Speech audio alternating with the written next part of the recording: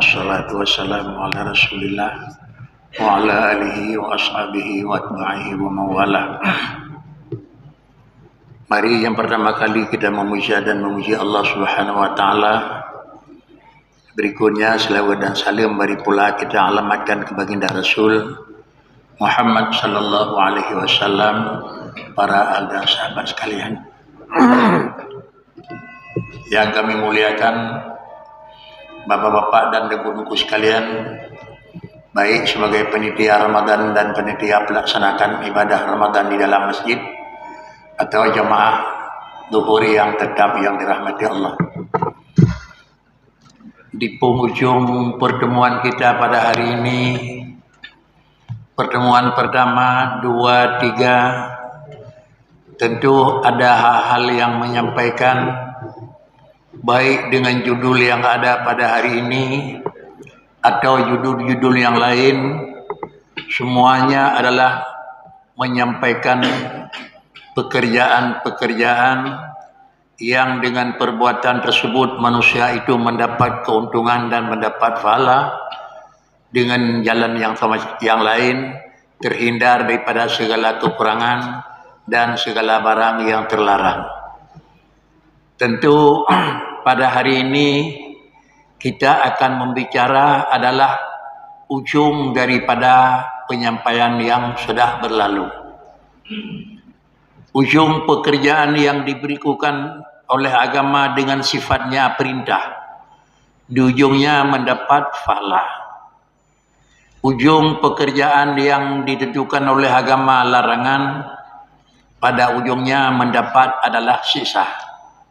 Dengan kata lain, di mana mendapat ridha Tuhan di ujung perintah, dan di mana kita mendapat amarah Allah juga di ujung larangan.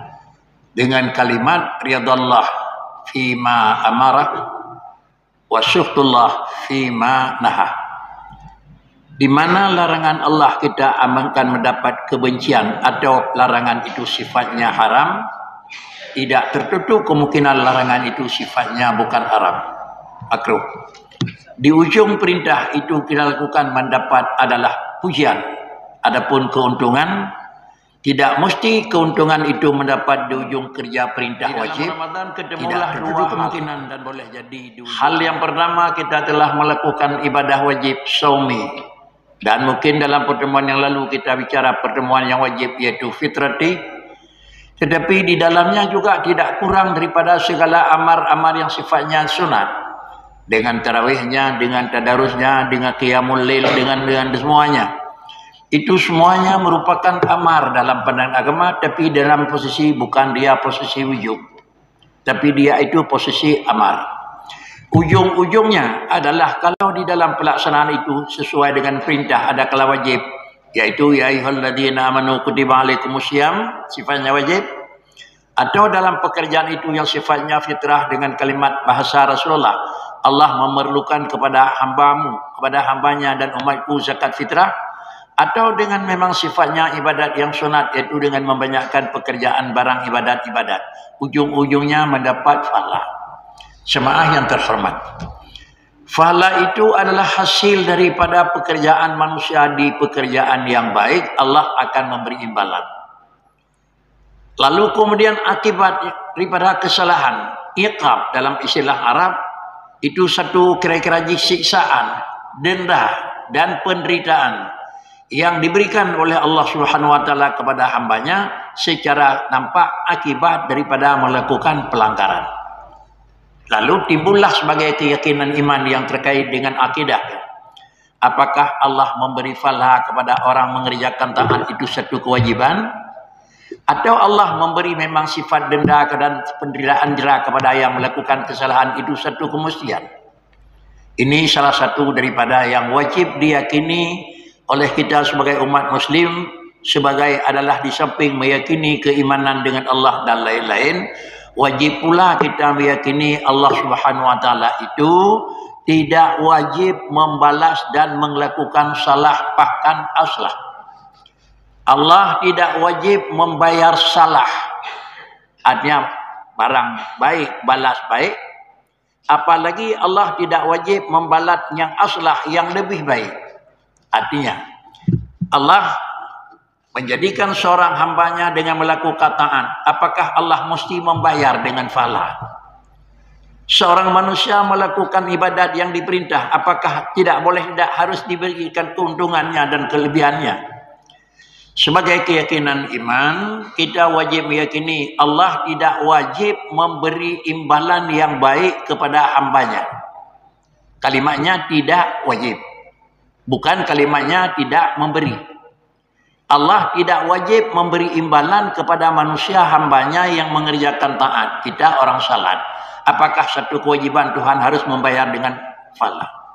Kita orang puasa. Apakah Allah harus membayar kepada kita?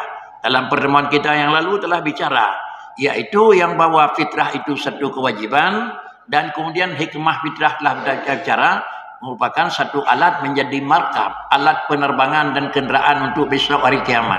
Apakah itu satu kewajiban? Dalam pemahaman akidah ada dua kewajiban. Satu macam pemahaman akidah Allah kerja hambanya, tidak wajib, tidak boleh. Tetapi ada paham juga di dalam pemahaman yang nyangkut dengan keyakinan Allah wajib membayar dan memberi kira-kira keuntungan kepada yang melakukan kebaikan, dan wajib memberi kesalahan denda kepada yang melakukan kesalahan. Kesimpulan, paham yang memahami yang bahwa Allah tidak wajib itu dalam istilah tauhid diberi nama itu adalah keyakinan i'tiqad Ahlussunnah wal Jamaah. Sedangkan paham yang menyatakan Allah Ta'ala adalah wajib memberi yang baik, wajib membuat baik kepada hamba buat wajib. Manusia yang mengerjakan wajib, barang perintah, wajib atas Allah membayar imbalan kerjanya. Ini juga paham, tetapi paham ini dalam pandangan hukum agama dianggap ini salah satu daripada paham yang tidak lempang. Dengan istilah akidah diberi nama paham Mu'tazilah. Jemaah yang terhormat, dua paham tersebut masing-masing punya argumen dan keterangan yang memang masing-masing. Kenapa Allah wajib melakukan imbalan, memberi kepada orang mengerjakan? Karena dia itu pada manusia itu ada memang kerja. Manusia itu ada kerja. Manusia melakukan salat, ada berangkat, ada bangun, ada wudu, ada ruku, ada i'tidal, ada. Maka dengan karenanya tidak baik kalau orang ada kerja tidak diberi imbalan. Lalu yang paham yang pertama, tidak mesti Allah membayar. Kenapa? Karena manusia itu tidak ada pekerjaan. Inilah dua hal yang seakan bertentangan di dalam penyampaian, tapi tidak berlawanan di dalam pemahaman. Saya ulangi. Paham yang menyatakan manusia wajib diberi imbalan oleh Tuhan, karena mereka itu paham Mu'tazilah berlandaskan karena manusia itu adalah bekerja. Orang membayar zakat, hartanya yang kurang. Orang mengerjakan ibadah haji, usahanya yang memang tertunda. Orang melakukan puasa, orang itu yang rasai lapar. Maka dengan karenanya dia apabila orang melakukan puasa, Allah wajib membayar adalah pahala kepada mereka yang melakukan salat. Orang yang menyatakan yang bahwa Allah tidak wajib membayar keuntungan kepada orang mengerjakan taat, melakukan salat Allah enggak mesti wajib membayar. Melakukan zakat Allah enggak mesti membayar. Melakukan apa saja haji Allah enggak mesti membayar. Kenapa enggak mesti membayar? Karena semua mereka itu adalah tidak ada kerja, yang kerjanya Allah. Jamaah yang terhormat, dua-dua pemahaman tersebutlah yang perlu kita menganalisa. Analisa yang pertama, Allah tidak menjadikan manusia ini adalah merupakan di ujung ada tujuan. Kenapa tujuan tidak ada pada Allah dalam menjadikan? Adakala menjadikan manusia, adakala menjadikan hukum yang diturunkan kepada manusia. Allah menjadikan manusia, apa maksudnya? Tidak ada. Allah menurunkan hukum salat kepada manusia wajib. Apa maksudnya diwajibkan puasa dan salat? Tidak ada. Jemaah yang terhormat, kenapa tidak boleh ada maksud? Adapun istilah agamanya gharad. Karena adalah ghardun, maksud itu adalah sesuatu yang untuk menutupi kekurangan. sebelum sampai kepada tujuan ada satu kekurangan. Maka kekurangan yang ada itu dengan kita lakukan sesuatu pekerjaan, kekurangan itu tertutupi. Kalau memang tidak kita lakukan itu tidak tertutupi. Umpama yang paling mudah, kalau kita tidak menggunakan aliran PLN, maka tujuan maksud adalah supaya yang pertama menerangkan dan meringankan beban kerja di waktu siang malam.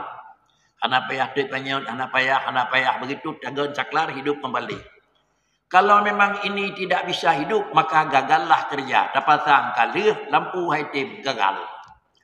Kalau begitu sama dengan dia menggunakan sesuatu tujuannya itu untuk mengurangi dan untuk menghindarkan daripada kekurangan. Sebelum kita lakukan itu, kita masih dalam posisi kurang.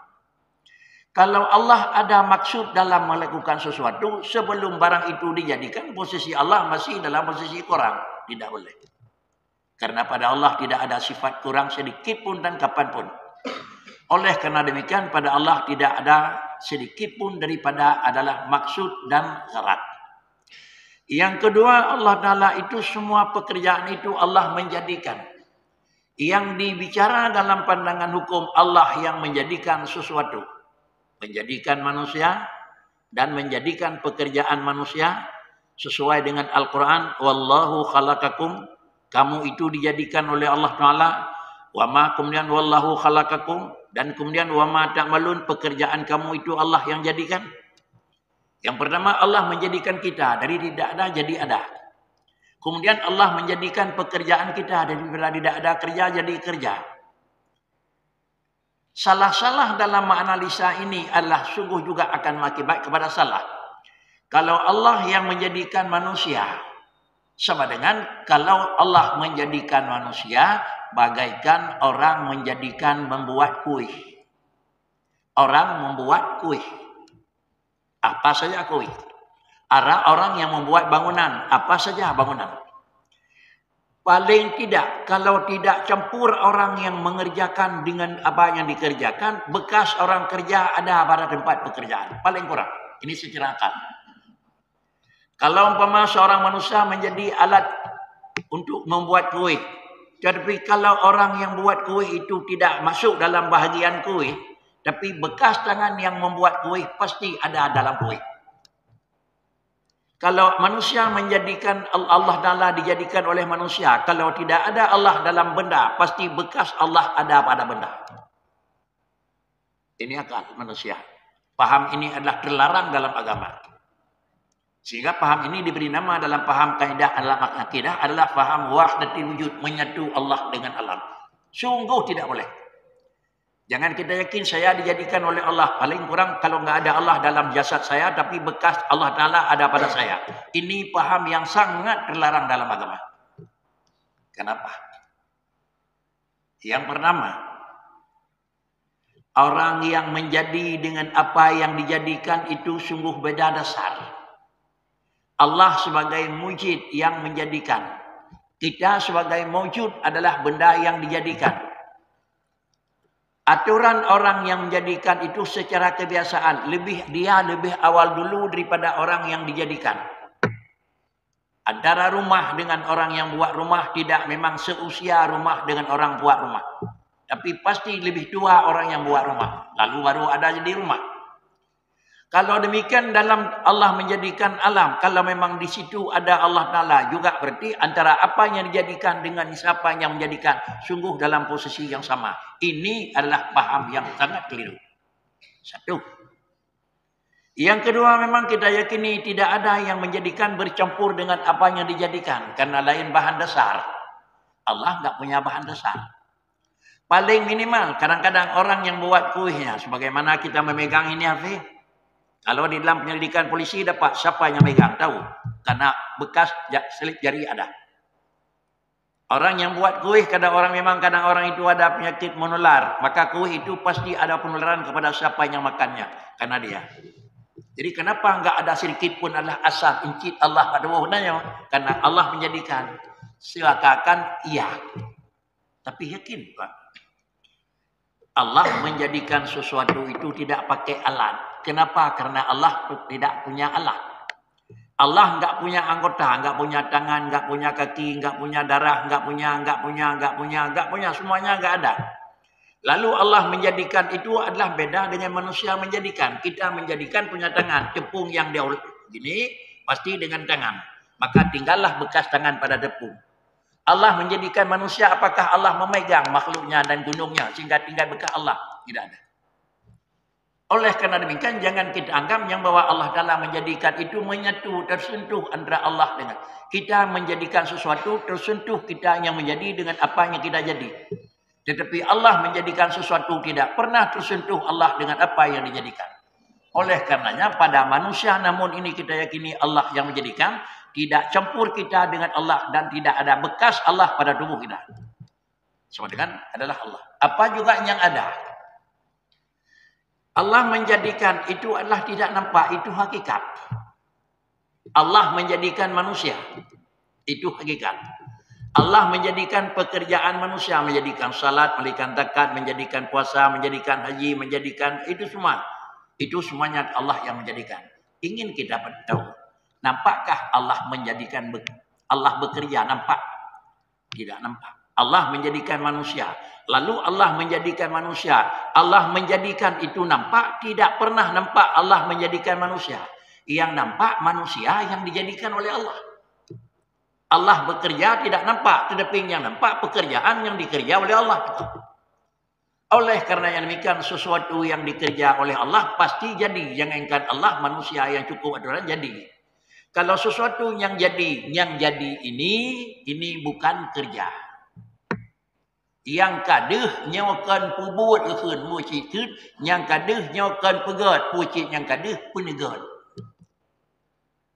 Allah menjadikan. Yang nampak bukan memang benda, bukan menjadikan apa yang telah jadi.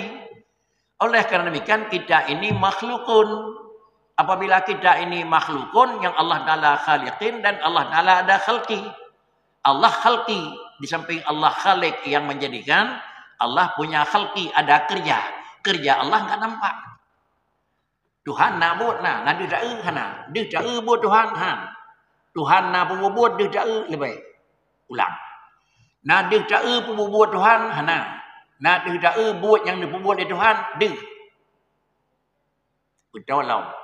Nah dia tak tajam tikin hana. Tikin tajam dia. Lain tajam tikin, lain tikin tajam. Lain Allah kerja, lain pekerjaan yang dikerjakan oleh Tuhan. Maka yang nampak ini bukan kerja Tuhan. Yang nampak ini pekerjaan yang telah dijadikan oleh Tuhan. Jadi yang nampak bukan adalah menjadi. Tetapi yang nampak itu barang yang telah jadi wujud. Bukan nampak itu ijab. Apabila ini tidak ada campur tangan semuanya manusia. Allah tidak ada sedikit pun pada manusia. Dan tidak ada sedikit pun manusia itu bekerja. Tetapi Allah yang menjadikan. Maka tidak mesti Allah Ta'ala membayar. Kepun aja udah mah naruh gawat niku. Tapi dia kerja, dia itu bukan bekerja, dia itu tempat jadi pekerjaan. Kalau dia tempat jadi pekerjaan ini sudah lagi bukan hakikat, ini sudah syariat. Kalau demikian, yang mendapat pahala dan mendapat dosa bukan hakikat. Mendapat pahala dan mendapat dosa itu syariat. Allah menjadikan semayang pada seorang dengan dijadikan tidak dapat pahala. Tapi yang dapat pahala bukan dijadikan semayang, tapi orang yang nampak menjadi semayang. Lebih pahala di Tuhan kan karena dia ke orang semayang. Yang lebih pahala di Tuhan karena bawanya dia semayang. Ini sudah syariat. Oleh karenanya kita harus yakin yang bahwa pahala dan dosa itu bukan hakikat. Pahala dan dosa itu syariat. Kalau demikian, kenapa Allah memberi pahala kepada orang melakukan taat? Karena taat yang telah dijadikan oleh Allah nampak pada orang itu. Kepun Nabi pahala di Tuhan kurang puasa karena ni pejit puasa bagi orang deh puasa melipu-lipu dan dia buat orang deh kan pada Tuhan dokang pejit. Maka secara akal Allah memberi keuntungan kepada mereka ini layak. Berhubung karenanya maka Allah memberi pahala kepada orang lakukan salat, zakat, haji ini sesuai dengan akal atau dia ini syariat. Kalau demikian Allah tidak mesti membayar upah pada orang pekerjaan taat. Tetapi kenapa juga Allah membayar? Allah membayar itu karena kasih sayang Allah Subhanahu Wa Taala. Istilah dalam agama mendapat pahala itu bifadlihi. Kita mendapat keuntungan salat, keuntungan zakat, Pahala puasa, pahala. Apakah ini memang hasil kerja kita? Tidak. Apa juga diberi bifadlihi, semata-mata kemurahan Allah. Semata-mata kemurahan Allah. Sudah. Kembali. Timbul nadanya. Kenapa tidak Allah wajib mengerjakan yang baik? Seorang murid belajar pada seorang guru orang Mu'tazilah. Di antara ajaran yang diajari oleh guru Mu'tazilah, Allah wajib memberi kebajikan, wajib memberi yang lebih untung kepada hambanya.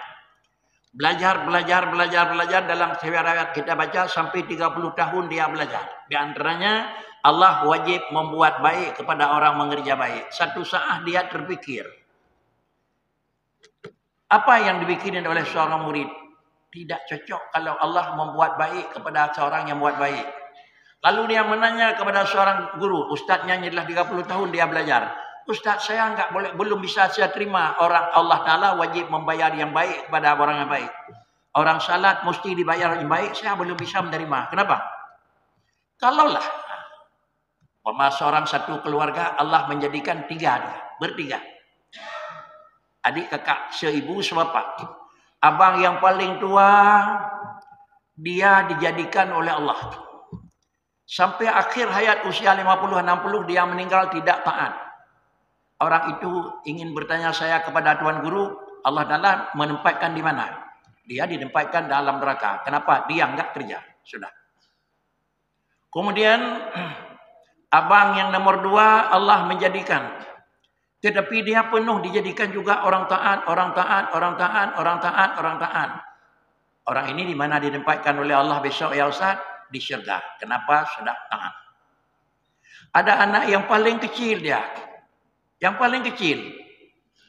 2 hari, 3 hari, seminggu meninggal. Belum taklif. Di mana dia? Dalam syurga. Sudah. Saya mau nanya Pak Ustaz. Posisi duduk si kecil ini yang memang musuh. Dengan abang yang memang di tengah-tengah. Yang memang abang yang di tengah. Yang nomor 2, yang taat. Masuk dua-dua syurga. Atak danyo saboh grip, saboh kama, ubak fip matung, ubak pipi niku beda. Isi kecil masuk syurga, tapi dia masuk syurga, tapi enggak begitu leg. Kenapa dia enggak memang amalan? Abang yang di tengah dia masuk syurga, tapi posisi paling atas karena dia kerja. Adil Tuhan Pak? Syekh, adil Tuhan. Yang adil karena dia kerja memang layak ini. Tapi kalau memang si anak ini bertanya kepada Tuhan, kenapa saya dimatikan kecil? Ya Allah. Kenapa kok saya dijadikan sama dengan abang? Kan satu level saya dengan abang. Duduk satu bangku nanti, tidur satu kamar. Kenapa saya dimatikan? Kalau begitu ditanya, Allah jawab apa? Lalu abang yang kakaknya Tuhan nanya, kenapa saya dijadikan orang maksiat? Lebih baik dijadikan anak adik kami yang paling kecil. Kalau mbak memang tingkat tinggi, tapi saya masuk syurga. Kenapa saya dimatikan waktu saya tua? Pada pertanyaan inilah yang diaju oleh seorang murid. Seorang ustaz itu fabuhita kalau bahasa Arab. Tidak sanggup memberi jawaban. Kalau demikian saya tidak menerima Pak Ustaz hari ini yang bahwa Allah wajib berbuat kebaikan. Tidak saya terima. Sehingga inilah asal usul paham Mu'tazilah yang terseret daripada adalah aliran yang benar. Para hadirin sidang jamaah yang terhormat. Kalau demikian, kita pada hari ini di penghujung Ramadan. Malam nanti 29 insya-Allah. Hari ini 29 dan kemudian nanti 29 besok sedang kali 29. Mungkin kalau jadi hari raya hari Selasa, mungkin puasa 29. Mudah-mudahan bukan kita harap jadi, tapi mudah-mudahan kita harap nampak bulan. Karena jadi hari raya bukan karena hitungan hari. Jadi hari raya dengan puasa dengan hitungan nampak ataupun nampak dengan tidak nampak bulan. Sumu nampak bulan puasa, kemudian sumu kemudian wa'aftiru nampak bulan hari raya. Kalau begitu memang rumusnya, maka kita pada hari yang terakhir Allah akan memberi keuntungan. Keuntungan ini yang diberikan oleh Allah Subhanahu wa taala. Apakah satu kewajiban? Bukan.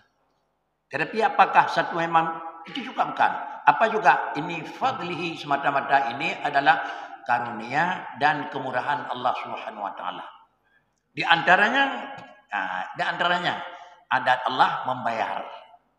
Adat Allah membayar ongkos di ujung.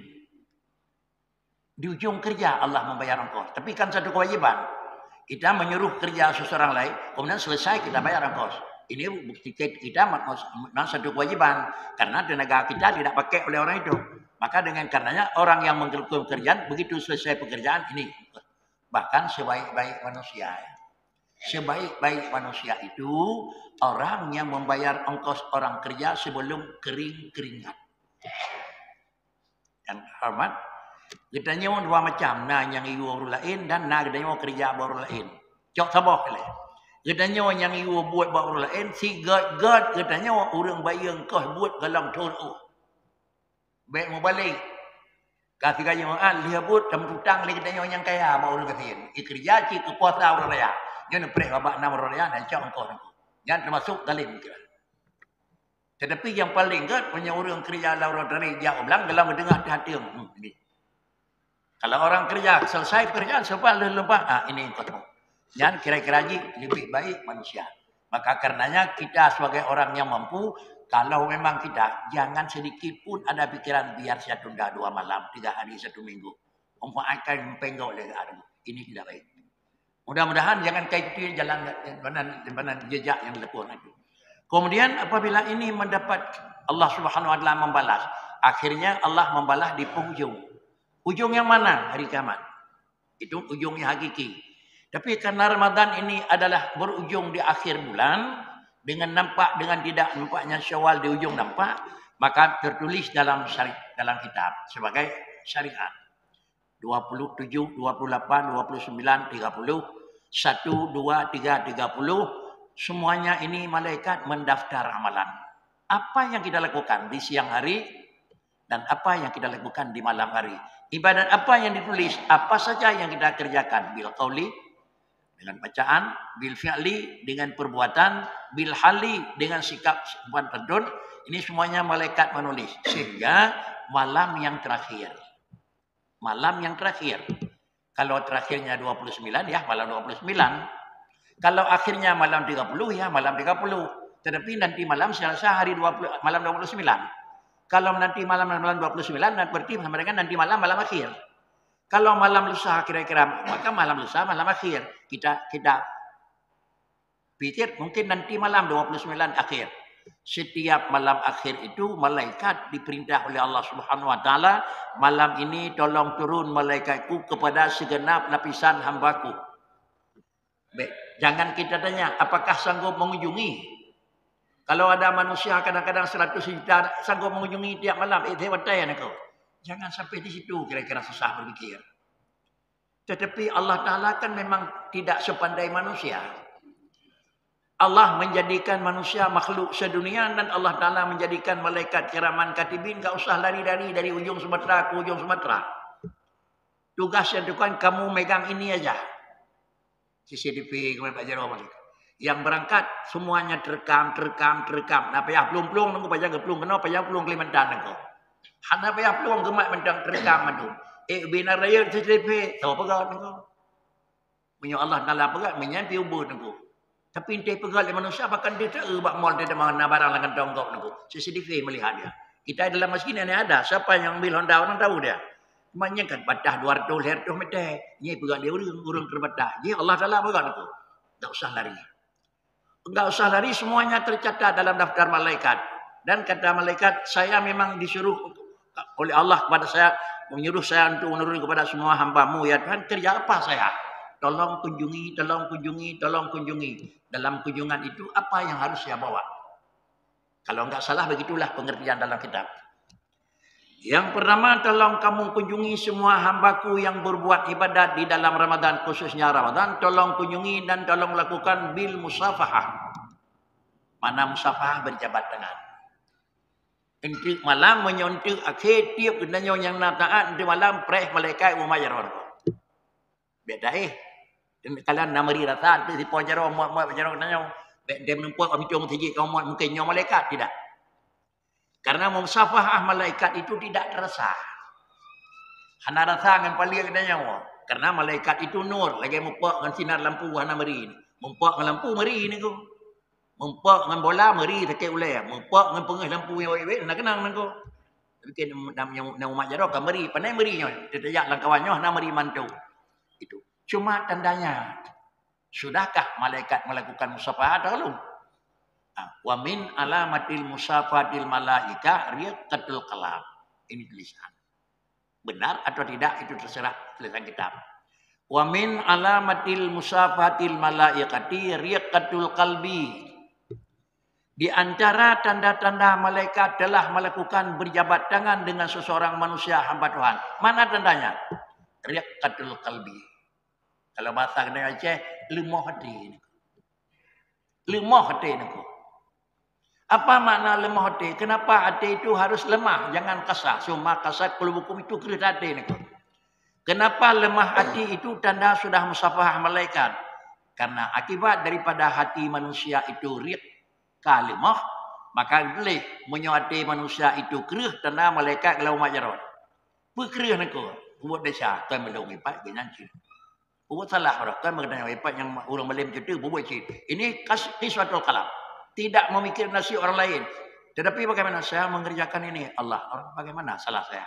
Waktu muda saya melakukan ini, bagaimana kesalahan saya? Diurlain ibu buat naat iluha pakan kau yang lon riqatul kalam. Andai kata hati ini sudah tipis, kalau mau bahasa Aceh, maka mata bagai iyan. Itulah dalam kaidah bahasa Arab. Idza qasal qalbu qahutal ain. Idza qasal qalbu qahutal ain. Andai kata hati macam batat, mata sagai-sagai, mata kuang aku. Qahutal ainu, makna kuang hai dia. Tak klik, klik bekri, itu nya tak kita, nampu klik. Ingat kedai Syah, mana cakap kedai Syah budak klik hari ni ko. Nyo tanda ji hai tebi ia macam sini pakan ate krik ni. Pakan ate krik tidak pernah kena musafah malaikat. Ini semua malaikat nanti kita rasai. Pat rasa lih raya namri berje buat salah. Allah nak buat. Oh jina lih raya lih puasanya belil. Jadi ingat pakri kelom.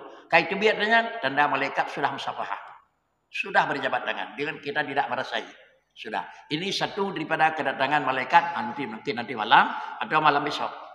Tapi jawabnya mendatangi ataupun kedatangannya kapan? Sesudah salam tarawih. Baik kedatangan jadi buat kedai kopi hendak kejak niku. Dia tarawih ini dempai ya pre niku. Mudah-mudahan tidak ada halangan nanti ataupun malam besok. Tidak ada halangan niku. Yang kedua, di samping kedatangan itu apalagi saya kerja ya Allah. Tolong bawa ini rekomendasiku. Allah menyuruh sampaikan rekomendasinya. Mempernampakkan rekomnya. Tidak diserah kepada kita.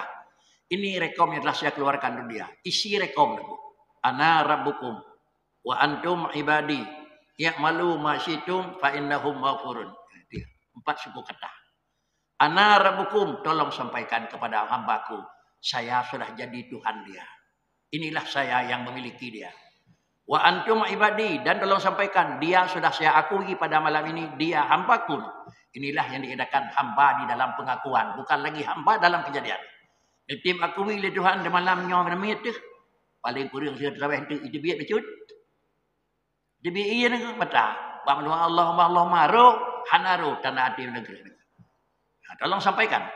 Yang bawah nanti malam nyatakan ana rabbukum antum ibadi. Dia sudah akui saya hambaku. Kalau sudah menjadi i'malu ma syi'tum, jangan sesah kerja. Dia sebagai orang dagang, i'malu, dia orang buka kedai. Dia sebagai pegawai negeri, orang yang bantu. Dia sebagai memang penguasa, orang yang lain. Dia sebagai manusia tani, orang yang tani. Atau kira-kira baik populer, fa innakum maghfurun, karena dia telah saya ampuni.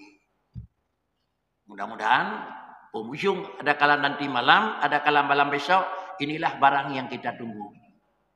Inilah barang yang kita harapkan. Padahal perjuangan 1 bulan dengan malamnya, dengan siangnya, dengan panasnya matahari, apakah rekomendasi nanti malam kita dapat daripada Allah? Yang pertama kita doakan, dan yang kedua kita masuk dalam usaha. Sehingga baiklah istilah, nanti malam mesti hidup lemah, hendak kejap Pak Syarul lemah gede. Nanti malam kamu muka koi, hendak kejap kanan, malam macam ni anak, ni ajak lihat nak. Sehingga begitulah kira-kira Allah malaikat mendatangi yang disuruh oleh Allah Subhanahu wa taala. Semoga setiap tahun kita akan menerima Allah rekom daripada Allah, ana rabbukum wa antum ibadi. Seakan pada ujung kalau sudah jadi hamba Tuhan, fadkhuli jannati, syurga sudah Allah memberi, aba-aba kita akan masuk. Kalau Allah akan akui masuk syurga, maka sama dengan inilah yang kita selalu dalam doa tarawih. Allahumma inna nas'aluka ridhaka wal jannah.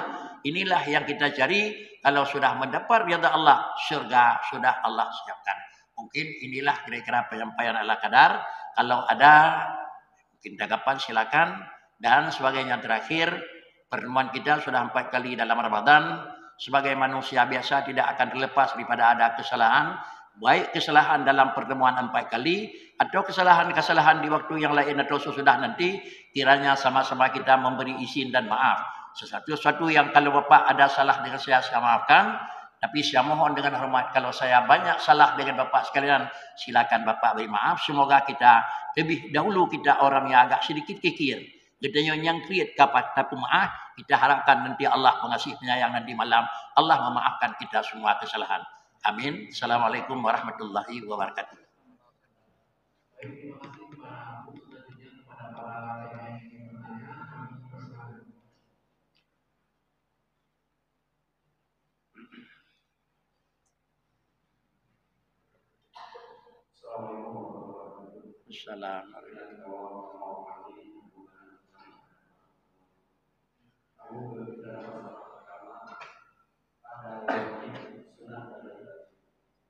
Wajib kalau kita kerjakan adalah puasa, kemudian kalau kita tinggalkan adalah puasa. Wajib itu misalnya salat, puasa, dan haji punya jadwal. Misalnya kalau salat dulu sekian, kalau puasa sekian dulu, tekanan ini ada ilahnya, ada waktu. Kemudian kalau haji ada tanggalnya. Itu bisa kita katakan jadwal Allah.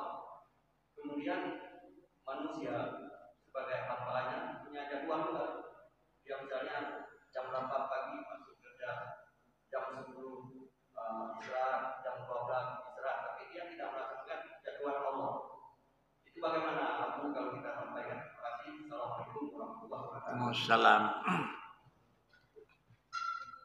Kalau kita meyakini semua sesuatu itu adalah berasal dari yang satu, menjadi sebagai pedagang juga kita dia yang beri, menjadi sebagai pegawai negeri juga dia yang angkat, namun SK dikeluarkan oleh memang yang bersangkutan, menjadi apa saja juga itu dalam ketentuan Allah Subhanahu wa taala.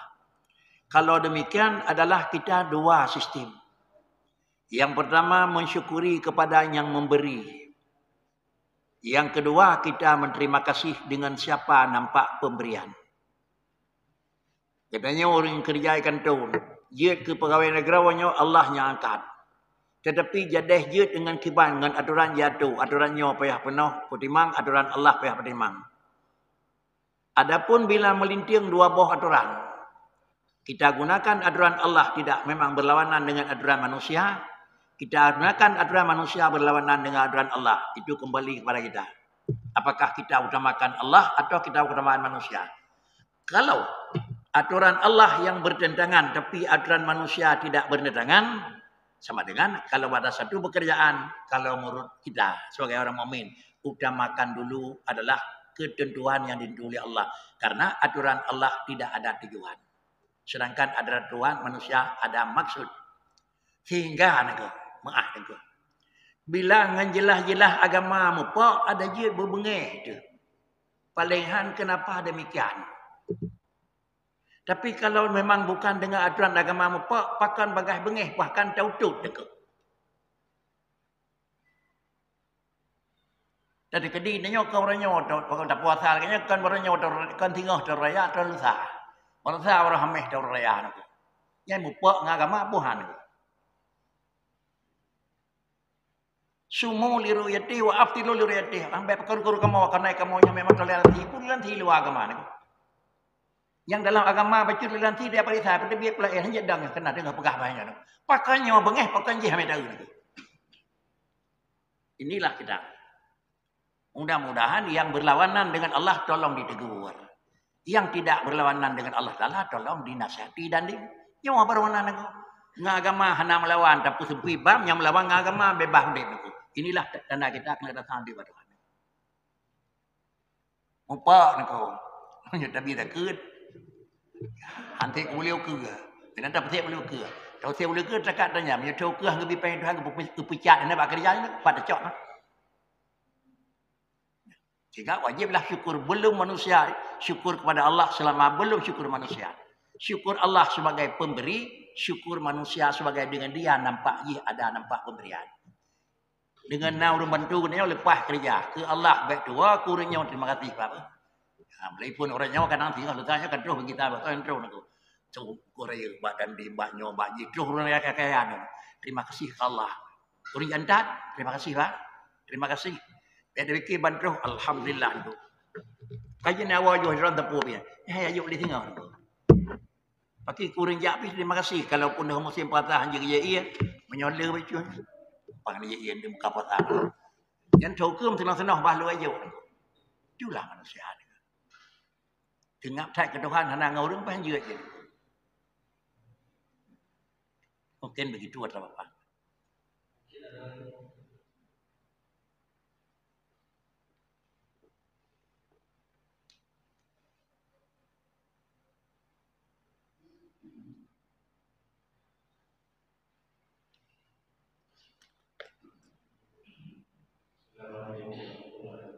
Assalamualaikum.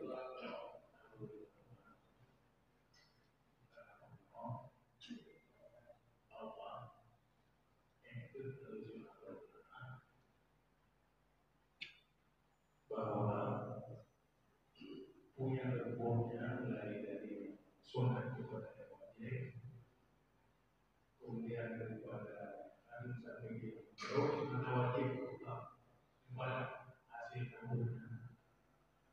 Cuma kubur tapi yang harus di Allah kepada yang susah. Yang nanti ada nanti yang wajib nanti dengan wajib nanti bisa punya wajib. Kedua, Allah menentukan kemampuannya adalah tujuan aku.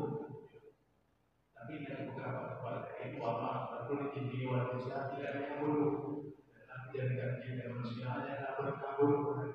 Di sini ada tujuan. Tujuan bukan yang daripada Allah. Yang itu mewakili jemaah yang dia mewakili jemaah. Mohon juga mohon apa yang terjadi. Assalamualaikum warahmatullahi wabarakatuh. Jawab lain yang kedua. Wa ma khalaqtul jinna wal insa illa liya'buduni. Nyan ayatnya dinyatakan puan maksud. Ayatnya dinyatakan putra hikmah. Karena setiap ayat Quran itu diberi makna sesuai dengan ayat lahek sabek. Ini aturan tafsir. Maksud lahek dan sabek sebelum kalimat ayat itu apa? Selagi bicara apa? Sesudah itu selagi bicara apa? Maka di tengah-tengah itulah makna yang paling layak kita berikan. Ini dikatakan makna lahek dan makna sabek. Maka dengan karena demikian ayat wa ma khalaqtul jinna wal insa illa liya'buduni adalah selagi bicara di belakang ayat itu apa? Allah itu kaya, tidak ada kaitan dan di ujungnya itu sama dengan kamu semuanya itu fakir. Berarti menunjukkan ini Allah Ta'ala itu tidak ada maksud. Kalau maksud sama dengan untuk menyempurnakan barang yang ada kurang. Kalau demikian itu makna wa ma khalaqtul jinna wal insa illa liya'buduni itu hikmah. Apa itu hikmah? Andai kata Allah hana nabi pengle ngan ku tajak wajib. Jalan jak wajib ngan tau. Hana. Andai kata Allah hana nepu dek bidanya sawanya untuk mungkin subhanallah lebih harga surau. Andai kata Tuhan hana nabi mata lagi nanya tenang yang Quran belum nampak pasang yang Quran ngampu. Ana. Sesudah Allah nabi mata hana tangin ya dari kau nanya orang tu. Nah, inilah kalau demikian bukan maksud. Adapun yang pertama, kurang jelas mana yang pertama. Nah? Mana? Ya, imbalan pekerjaan. Kalau dalam ini dua. Kalau istilah wajib dalam syar'i dengan wajib dalam akli itu beda. Wajib di dalam sufi itu tasawuf itu juga beda. Tetapi kita periksa apa makna wajib? Siapa yang ngomong? Yang ngomongnya syarat. Makna wajib harus sesuai dengan syarat. Yang ngomongnya adalah akidah. Makna wajib harus dengan akidah. Allah itu wajib esa. Maknanya apa? Sembahyang itu wajib. Maknanya apa? Sama-sama wajib. Kalau wajib yang bicaranya adalah syariat, adapun agama, maka sama dengan mendapat pahala dengan kerja, mendapat dosa dengan tinggal. Apa itu larangan? Mendapat pahala dengan meninggal dan mendapat dosa dengan kerja. Apa itu makruh? Mendapat pahala dengan meninggal dan tidak dapat dosa dengan kerja. Apa itu sunan? Mendapat pahala dengan kerja, tidak mendapat dosa dengan meninggal. Apa itu mubah? Kerja dengan tidak kerja sama. Apa itu sah? Semuanya ada 7 hukumnya. Kumpul syarat dan kemudian rukun, tidak ada yang melanggar ataupun nafi mani, sah. Sudah selesai. Jadi kalau demikian mendapat pahala. Apa kena pahala? Kalau satu berapa diberi pahala? Itulah hak Allah membayar. Tapi pahala itu tetap ada. Yang kena bicara bukan satu kewajiban. Tetapi Allah memberi imbalan kepada hambanya bukan satu kewajiban. Tetapi itu satu fadlihi, satu kemurahan. Sedangkan Allah memberi memang sisa kepada mengerjakan salah, itu bukan sesuatu. Tapi itu demi keadilan. Menyonetikta orang kafir karena memang karena masalah talak. Keadilan. Tapi Nabi pahala kurang sembahyang kan karena memang kau kerja. Tapi kemurahan. Istilah nanti. Kalau sawab, bi'adlihi. Orang mukmin bi'adlihi. Orang maksiat dan orang kafir adalah orang mukmin dengan orang taat bifadlihi. Kalau orang kafir dan orang maksiat bi'adlihi. Gitu saja.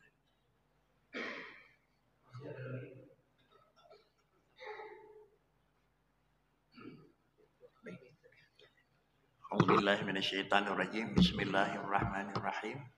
Alhamdulillahirabbil alamin wassalatu wassalamu ala sayidina Muhammadin sayyidil mursalin wa ala alihi wa sahbihi ajmain. Allahumma nadhim ahwalana wa hassin af'alana wa khallishna min alamil faqri wa zulli wa'simna minal bala'i wal waba wa min syururil a'da'i wasyayatin wan nafsil ammarati bisu'i ya rabbal alamin. Allahumma rabbana la tu'akhidna in nasina aw akhtana. Rabbana wa la tahmil alaina isran kama hamaltahu ala alladhina min qablina. Rabbana wa la tuhammilna ma la taqata lana bih wa'fu 'anna waghfir lana warhamna anta maulana fansurna 'alal qaumil kafirin. Wa sallallahu ala sayidina Muhammad wa ala alihi wa sahbihi ajma'in. Alhamdulillahi rabbil alamin. Al-Fatihah. Assalamualaikum warahmatullahi wabarakatuh.